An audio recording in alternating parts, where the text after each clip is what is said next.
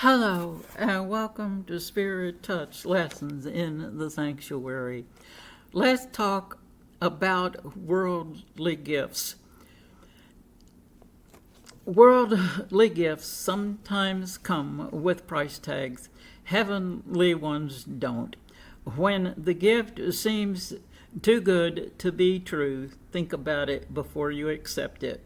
Why? Because it may be Satan trying to worm his way into your life again. That's when it's time to tell him in no uncertain terms, thanks, but no thanks. You see, his gifts may look good on the outside, but they are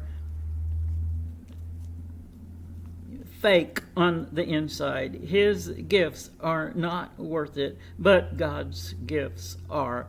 Sometimes just giving your time is the best gift, especially in times of grief. It says, I'm here for you and I care. It lets them quietly know they are in your heart and on your mind.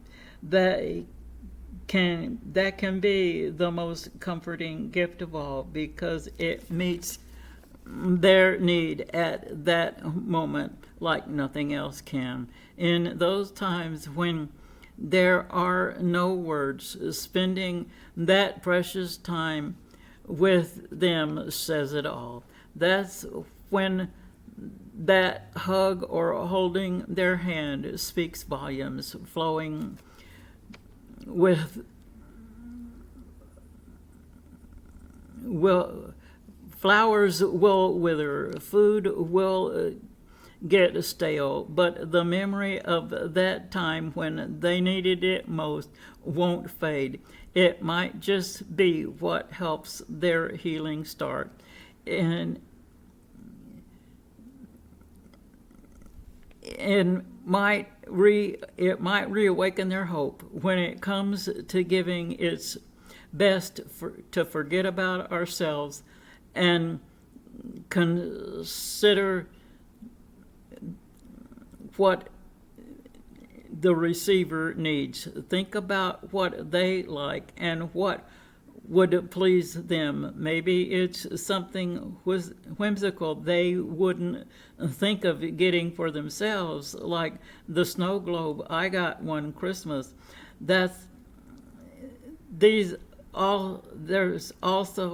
also a music box. Maybe it's a crocheted flower shaped hair ornament for my hair. One of the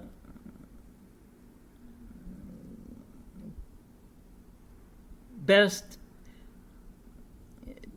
one of the prayer team members has made for me, and every time I wear one I get compliments. So you could call them a gift that keeps on giving.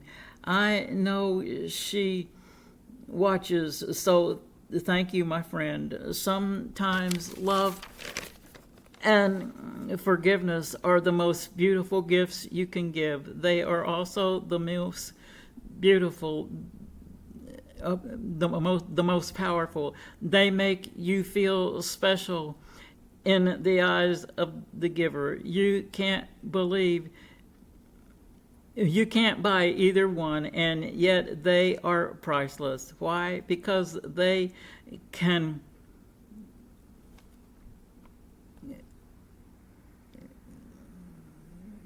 make your heart feel glad and satisfy your soul. Sometimes they can even restore your faith in humanity. They can heal that brokenness and fill that emptiness. They are good medicine, Proverbs 17:22. There's something in Numbers 18:6. It wasn't until they were out in the wilderness those 40 years that God set the tribe of Levi aside as priests. At first, they were only to help Aaron and his son with their duties. they were not allowed into the Holy of Holies or touch the holy items. It says they were given as a gift and were therefore dedicated to the Lord. It also says the priesthood is a gift. Interesting thought. Verse 8 says they are offerings, i.e., gifts to the Lord, and are considered holy. The food their families were allowed to eat from those gifts to God were gifts to the priests. That tells us God really does have the gifts. Verse 12, those gifts came from the choicest portions. Yes, Jesus is the best gift from God we will ever be given. Whoa, see verse 14. Verse 20 tells why they did not have their own portion of land. Verse 26, yes, the priest had to give a tithe to the Lord of those tithes. The last verse warns them and us not to profane the gifts of the Lord. Think about that, since everything we have, even our lives, is a gift from God. At the end of his newscast, one of the newsmen says, "Thank you for the privilege of your time." Think about that the next time you write a snail or phone a friend.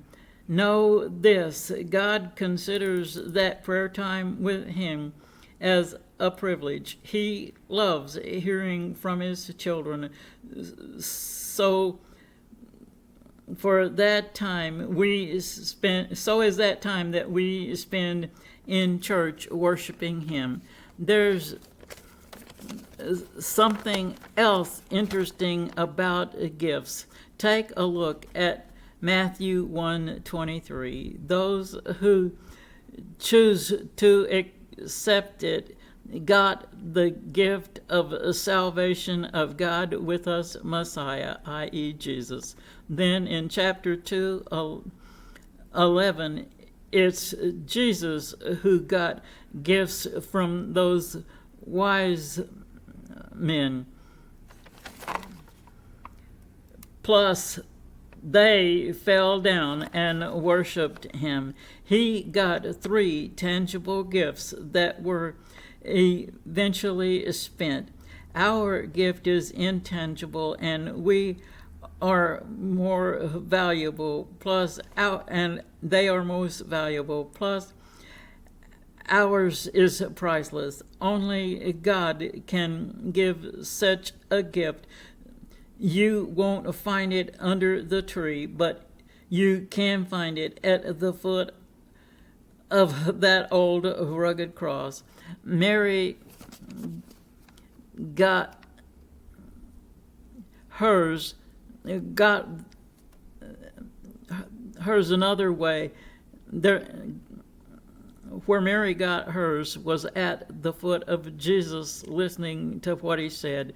There's another side to giving that lots of folks have trouble with. It's the receiving. That's hard, especially when we feel so undeserving. When we refuse a gift, we are robbing ourselves and the giver of a blessing. Some might call it a personality disorder. Receiving is something lots of us have to learn.